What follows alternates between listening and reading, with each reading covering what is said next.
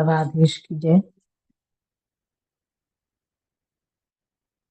कल अपन के आयो के धेनु को वध कियो बलराम जी ने, तो वो देख के वाकई जो ज्ञाति वाले जो हते और भी जो धेनु वहां पे हते, जो असुर सारे, उनने बलराम जी पे और ठाकुर जी पे क्रोधवश दौड़ के प्रहार करने को प्रयास कियो।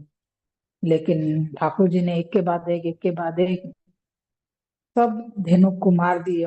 उन धेनुकन ने गोप बालकन के ऊपर भी प्रहार करने के लिए, उन्मूलन करने के लिए वो दौड़े। लेकिन ठाकुर जी ने सभी गोप बालकन के पास, एक एक बालक के पास में आप ठाकुर जी वहां पे खड़े थे। एक अपना मतलब स्वरूप बना के ठाकुर जी वहां पे सब गोप बालकन के रक्षा करने के लिए आप वहां पे ठाड़े रहते हैं। तो जैसे जो आपने ले लेके जैसे धेनुक को वध कियो तो अंतरिक्ष में उड़ा के घुमा के, ऐसे सबन को पांव पकड़ पकड़ के सबके और सबको अंतरिक्ष में घुमा के और उनको वध कर दियो। और सबको ताड़ के वृक्ष जो गिरे हुए हते वहां पे उनने उनको फेंक दियो। तो कह रहे कि ऐसो क्यों कियो के ताड़ के वृक्षन के वाको नाश क्यों कियो ठाकुर जी ने और बलराम जी ने। तो कह रहे हैं कि ये जो ताड़ के वृक्ष हते इन असुरन के पालन पोषण से बड़े भय हते, तो ये कोई के भी ग्रहण करने के योग्य नहीं हते। यासु उनको नाश करनो ही उचित हतो। यासु ठाकुर जी ने उन धेनुक के ही सुही मतलब उन सारे जो हते उनके शरीर को फेंक दिए वाके ऊपर। फिर कह रहे हैं कि भाई एक तरफ सू वृक्ष सारे गिरे हुए हैं, एक तरफ है ना सारे फल गिरे हुए हैं, और वाके ऊपर धेनु के इतने सारे जाति वाले जो थे उन सबन के देह पड़े हुए हैं। तो ऐसे में आप वन की कैसी मतलब स्थिति हो रही होगी या कैसो दृश्य खड़ो भयो होगो। तो यहाँ पे वर्णन श्री महाप्रभु जी ने कियो है कि वह वन की जरा भी शोभा में कमी नहीं भई, बल्कि वो की शोभा की अभिवृद्धि ही भई है। कि ठाकुर जी और बलराम जी ने खेल खेल में इन सबन को वध करके और इन सबन के द्वारा जो असुरत्व मतलब जो असुर वस्तु हती जो ग्रहण करने योग्य नहीं हती उन सबको भी ठाकुर जी ने नाश कियो। यहाँ तक को अपन ने वर्णन देखो तो 39 श्लोक अपने शायद पूरे हो गए थे। ये देखे अब आगे।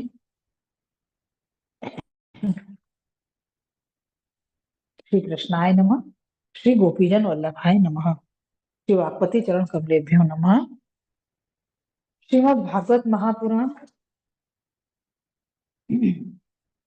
श्रीमद् वल्लभाचार्य जी विरचित श्री सुबोधनी जी की टीका 10वां स्कंद पूर्वार्ध में तामस प्रमेय अवान्तर प्रकरणम में प्रथम अध्याय और श्री सुबोधनी जी के अनुसार 12वां अध्याय और श्रीमद् भागवत 10वां स्कंद के अनुसार 15वां अध्याय यानी कि 15वें अध्याय में अपन चल रहे हैं। और अपन ने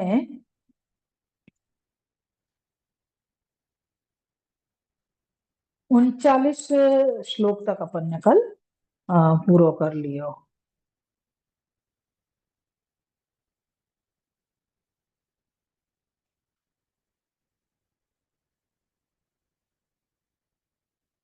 नहीं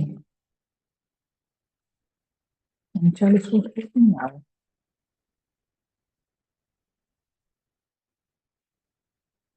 36वां श्लोक चल रहे हैं।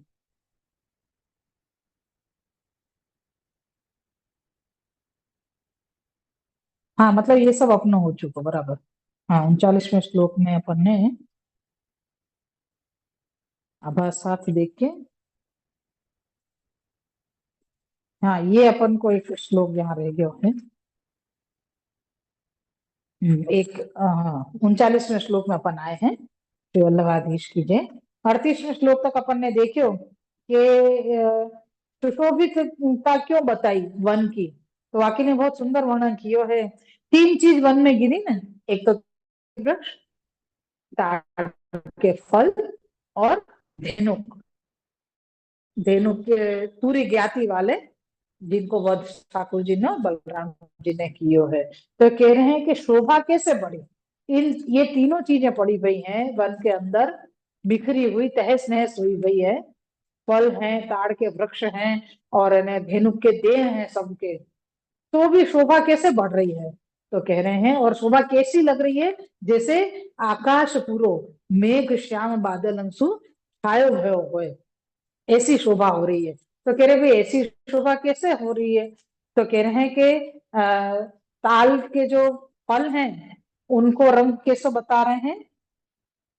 तीनों ही नील रंग के अवांतर जातियां हैं, यानी नीले रंग, यानी जो ठाकुर जी को जो मेघ श्याम वर्ण है, वाके जैसे इनके तीनों के मिलते जुलते रंग हैं। तो कह रहे हैं कैसे? तो कि ताल के फल जो है वो आसमानी रंग के हैं। ताल के फल कैसे हमें? आसमानी रंग के। तो श्यामता वाले है थोड़े। फिर रासव यानी के धेनु गधा जो है, गदर्भ, उनके रंग कैसे हुए? ऐसे ही ग्रे कलर जैसे हुए, है ना? कैसे हुए? ग्रे कलर जैसे। और ताल के पेड़ जो है वो कैसे हुए? उनकी शाखाएं श्याम हुए। तो ये तीनों ही रंग मेघ श्यामता को प्रदर्शित कर रहे हैं, यानी अलग अलग रंग में मेघ श्यामता दिख रही है। तो ऐसी ऐसे रंग कि भगवान ने धेनुक का वध उनके हित के लिए किया है। एक ऋतु जो वर्णन ऊपर आयो कि भाई वन की जो दशा या समय भई, कि भाई एक तरफ यूं सारे धेनु के देह पड़े हुए हैं, और इन्हें एक तरफ वृक्ष तहस नहस होके मतलब गिर के पड़े हुए हैं, और इन्हें एक तरफ फल सारे गिरे हुए हैं, तो भी बाकी शोभा में अभिवृद्धि हो रही है। विचार करने की वस्तु है कि यही कार्य अगर कोई साधारण प्राणी सु या साधारण जीव सु हुआ हो तो अव्वल तो हो ही नहीं सकते तो ऐसा कार्य। लेकिन फिर भी कोई भी त्रुटि वन को तोड़ न करवे की या तहस नहस करवे की कोई ऐसा कार्य भयो हो तो वाकई सुंदरता नष्ट हो जाती। समझ में आ रही? कि वाकई सुंदरता नष्ट हो जाती। तो लेकिन यहाँ पे ठाकुर जी को ये खेल को कार्य कियो भयो भी, वह वन की शोभा बढ़ा रहे होते हैं। तो ये विचारणीय प्रश्न है कि कितना मतलब, कहने को तात्पर्य ये है कि ठाकुर जी जो भी कार्य करेंगे वह कार्य में कभी भी कोई न्यूनता नहीं होगी, हमेशा वाकई उत्तमता ही निकल के बाहर आवे। एक कार्य से आप अनेक कार्य करें, और हर कार्य में सबको भलो हो रो है, या ही प्रकार से कार्य हो। कहीं कोई को नुकसान हो रहे हो या कहीं कोई को परेशानी हो रही हो, ऐसे कोई कार्य नहीं हो। हाँ, जो तुम एक एक सीधी साधारण से अपन बात करें कि भाई मैं सीधो सीधो कार्य कर रही हूँ, मुझको कोई ना आके सली करे कि भाई तुमको फलाना नहीं, ऐसे नहीं, ऐसे करना चाहिए, तुम ये गलत कर रहे हो, सलाह भी देवे और साथ में वाकू टोके भी सही, वाकू व्यंग भी कसे, तो वाकू यूं होगा कि भाई मैं जो कर रहा हूँ कि मुझको मालूम है मैं सही कर रहे हूँ, तो अब वो कह रहे हो वैसे करनो कि नहीं करनो, या कोई मेरे करे हुए कार्य के लिए मुझको चिढ़ा रहे हो, या मुझको आके कोई सली कर रहे हो कि भाई तुम ये चीज गलत कर रहे हो, तुमको तो ऐसे करना ही नहीं चाहिए, और उपदेश देवे, मुझको बड़ी बड़ी सलाह देवे कि ऐसे नहीं ऐसे करना चाहिए, तो अपन क्या करेंगे? या तो आपको लड़ देंगे, या आपको कह देंगे भाई तू चलो जाए आंसू, या फिर भी नहीं माने को तो अपन को थोड़ा ज्यादा कड़क होना पड़े। तो वाही प्रकार सु जब सीधी सु कोई नहीं माने तो अपन को थोड़ा आक्रोश करके क्रोध करके वाको वह चीज को निवारण करना पड़े। ऐसे ही प्रकार सु ठाकुर जी भक्तन के हित के लिए, असुर अगर सीधी सु मान जाते तो क्या बात है, फिर वो असुर बनते ही नहीं ना। आज धेनुक ने जब देखो कि बलराम जी ने पेड़न में से सारे फल गिरा दिए हैं, तो वाने आव ने ताव कुछ भी नहीं देखो, सीधो आयो दौड़ तो भयो और एकदम सु मुड़ के पीछे के पांव सु वाने एकदम सु बलराम जी पे प्रहार कर दिए, वो भी वक्षस्थल पे, है छाती पे मार दियो ठाकुर जी को। तो बलराम जी को मारो। तो मतलब कितनी गलत बात करी ना। आज एक तो सामने तुम विचार कर रहे हो कि भाई ये सामर्थ्य कोई को भी नहीं है कि भाई कोई इतने बड़े ताड़ के वृक्ष में से कोई फल गिरा सके, या वृक्ष को हलाना तो बहुत दूर की बात है, कोई आपको मतलब कुछ भी नहीं कर सके, इतना भारी वृक्ष है ये। तो ऐसे सामने जब बलराम जी इतना अपना बल बता के और मतलब वो कह रहे हैं, तो ये कोई साधारण व्यक्ति थोड़ी है, कोई विशेष ही है, जब भी वो ये कार्य कर सक रहे हैं। जब वो इतना देख रहे हैं फिर भी वाने आके और बलराम जी के ऊपर प्रहार कियो, वो भी अपना पांव लगाए, कितनो न्यून और कितनो निम्न कार्य कियो, तो भी वाकु मतलब आपके शेष को स्पर्श कियो और आपके हाथ से वाको वध हुए। तो मतलब कहने का मतलब कि आपने खेल खेल में वाको वाको बिल्कुल बिल्कुल निराकरण कर दिए। तो ऐसे प्रकार से ठाकुर जी की कोई भी सहज करी हुई लीला भी वह चीज को, वह जगह को, वह व्यक्ति को या वह वातावरण को इतना उत्तम बना देवे हैं। तो वाकई वजह से यहाँ पे कह रहे हैं कि जैसे धेनु को वध करवे सु ये कार्य देख के, ये ठाकुर जी को ये कर्म देख के सारे गंधर्व आदि देवता ने पुष्पन की वृष्टि भी करी, बाजा भी बजाए और ठाकुर जी और बलराम जी की स्तुति भी करी। तो यहाँ कह रहे हैं कि तीनों प्रकार के ये जो देवन ने जो तीन कार्य किए, वो तीनों ही कार्य हर्ष प्रदर्शक है, यानी अपनी खुशी बता रहे हैं। जैसे मतलब आपने धेनु को वध कियो तो वो हमारे हित के लिए ही कियो है, ये यहाँ पे बतायो है। ये अपनो 39वां श्लोक यहाँ पे पूरा भयो है। 40वें श्लोक को आभास ले लेंगे अपन। एवं सपरिकरो धेनुक वधो निरूपित भगवता तु ताल फलानि न दत्तानि परम स्वेच्छा सर्वे भक्षित मित्याह। अर्थात है इस प्रकार सपरिकर धेनु के वध का निरूपण किया। भगवान ने अपने हाथ से किसी को ताल फल नहीं दिए, किंतु सबों ने अपनी इच्छा से लेकर फलों को खाया, जिसका वर्णन इस श्लोक में करते हैं। श्लोक 40वां। अथ ताल फलान्यादन मनुष्यागत साध्वसाः तृणं च पशवश्चेत्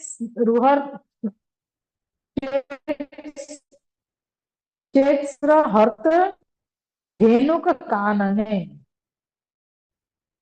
श्लोकार्थ है, अनंतर इस वन में धेनुक मारा गया था, उस वन में मनुष्य निर्भय होकर फल खाने लगे और पशु भी डर छोड़कर घास चरने लगे। सुने जी हैं। श्लोकार्थ है, अनंतर जिस वन में धेनुक मारा गया था, उस वन में मनुष्य निर्भय होकर फल खाने लगे और पशु भी डर छोड़कर घास चरने लगे। सुबोधने जी हैं। अथे इति भिन्न प्रक्रमेण ताल फलान्यादन सर्व एवं मनुष्यागत साध्वशाश्च जाताः तृणं च पशवश्चेरुः हतो धेनुको यत्र तादृशे कानने तत्र तृणं न शुष्कं भवति इति सुखिनो जाताः। यहाँ तक की पूरी सी सुबोधनी जी हैं। व्याख्यात ले में आपको अथ शब्द कहकर यह बताया है कि जब अब यह प्रसंग पृथक प्रारंभ होता है, पृथक यानी अलग से प्रारंभ हो रहे हैं। पहले जो बताओ तब तक 39 में धेनु को वध को प्रकार पूरा देख लियो। अपन को कही थी कि 20 श्लोकन तक ये सारा वर्णन आएगा, तो 39वें श्लोक तक ये ले लियो। अब जो चालू हो रहे हैं वर्णन, वो वास्तु थोड़ा अलग है। अलग मतलब वाकई आगे की कथा है, तो वर्णन है। तो ये बता रहे हैं कि अथ शब्द कहकर यह बताया है कि अब यह प्रसंग पृथक प्रारंभ होता है।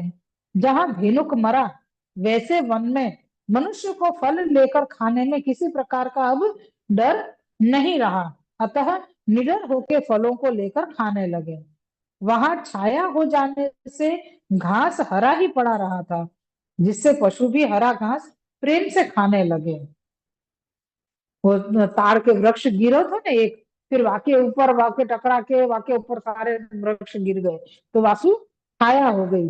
तो जो घास હતો वा वन के अंदर, वो तो ज्यो को त्यों ही હતો, वहां में कछु फर्क नहीं पड़तो यासु। सारे पशु भी अंदर आके और निडरता सु सारे घास को खावे लगे।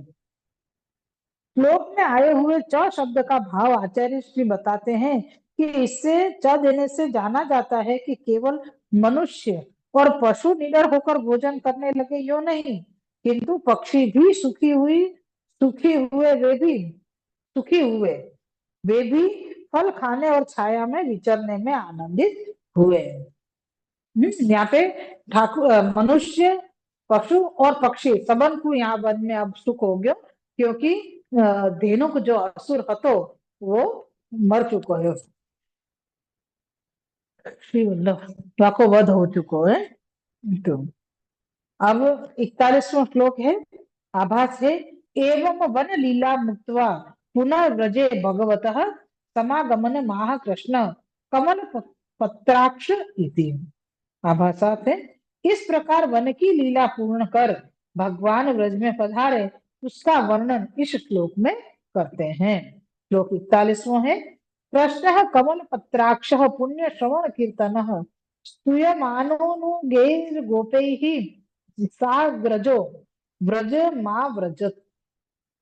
ये श्लोक है, श्लोकार्थ है।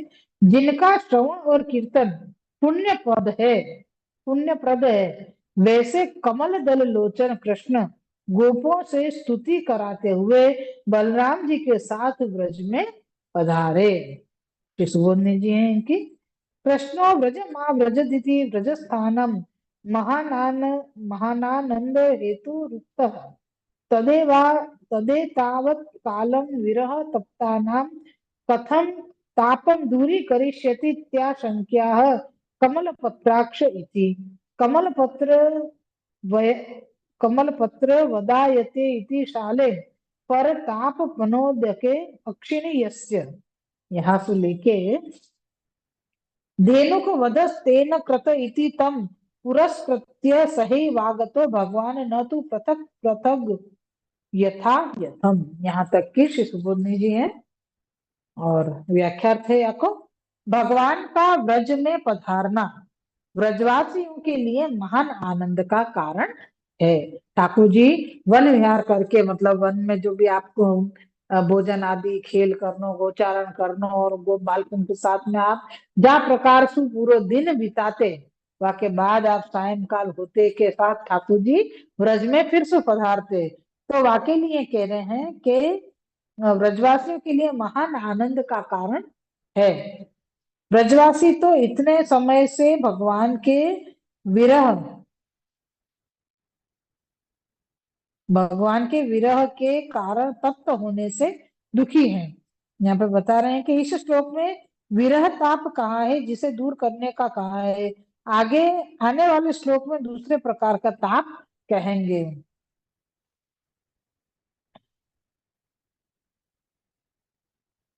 व्याख्या को अपन फिर से देखें जरा, कि भगवान का ब्रज में पधारना ब्रजवासियों के लिए महान आनंद का कारण है।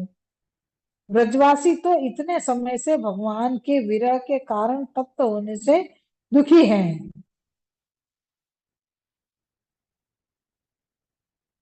उनका वह दुख भगवान कैसे मिटाएंगे? जब दुख को मिटावे तब भगवान का आना उनके सुख का कारण बने। उसके उत्तर में कहते हैं कि भगवान के नेत्र कमल के पत्र के समान विशाल हैं। जैसे कमल पत्र ताप को बुझाते हैं, वैसे ही आप कमल जैसे नेत्रों से की दृष्टि मात्र से ताप को मिटाने वाले हैं। विरह ताप मिटावे की यहाँ पे बात कर रहे हैं कि ब्रजवासी को सुख भयो और विरह दूर कियो। तो वाकई कह रहे हैं कि वो कैसो विरह दूर कियो? तो कह रहे हैं कि दुखी होके अपन अगर खड़े हो जावे कि भाई ठाकुर जी ने कही के आपको ताप करनो है, तो मतलब आप ताप कर रहे हो तो हमको ठाकुर जी की प्राप्ति होनी चाहिए। तो ऐसे ठाकुर जी की प्राप्ति नहीं हुए है, लेकिन भगवान का ब्रज में पधारना ब्रजवासियों के लिए महान आनंद का कारण है। तो भगवान जब ब्रज में पधारेंगे तो ब्रजवासी आनंद करेंगे, लेकिन अगर ब्रजवासी तो इतने समय से भगवान के विरह के कारण तप्त होने से दुखी हैं, और जो ब्रजवासी हैं वो ठाकुर जी को विरह तो कर रहे हैं, लेकिन वह विरह के कारण में आप दुखी हैं, तो उनका वह दुख भगवान कैसे मिटाएंगे? उनको दुख कैसे मिटाएंगे? कौन को दुख कैसे मिटाएंगे? तो कह रहे हैं ब्रजवासी को।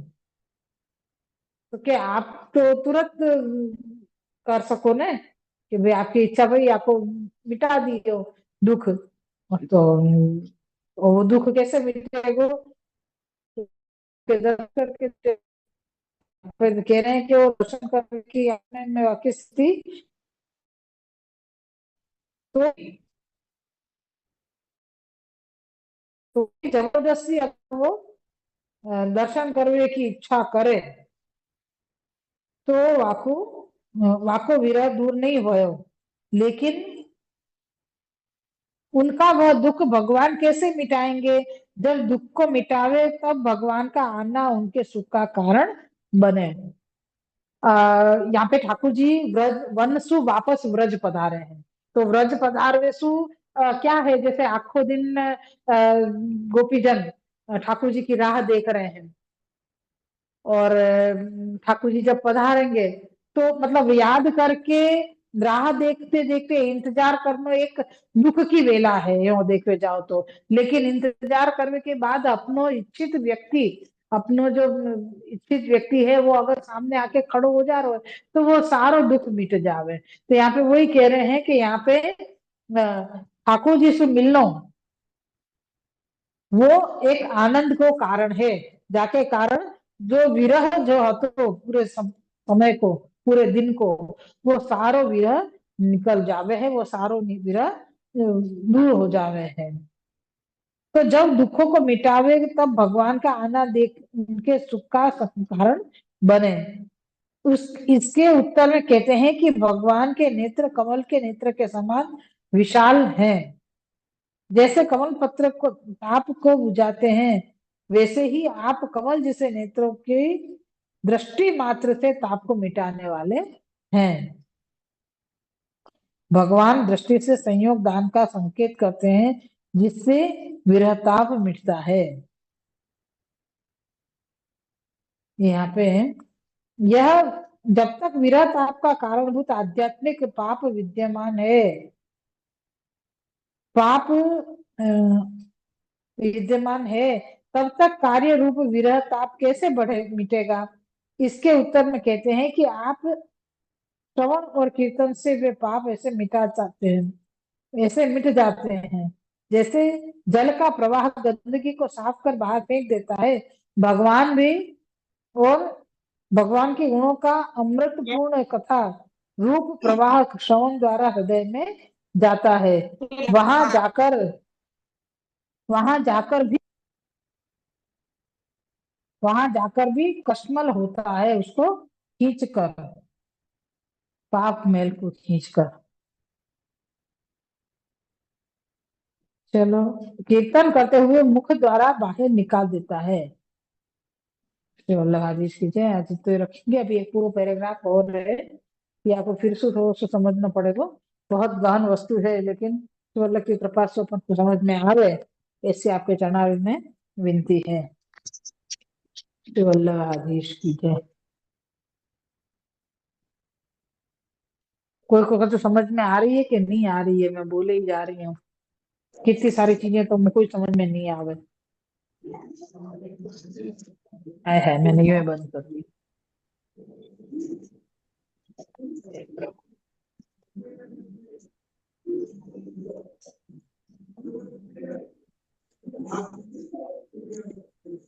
40वें श्लोक तक अपन पूरा कियो है। 41वें श्लोक का फिर से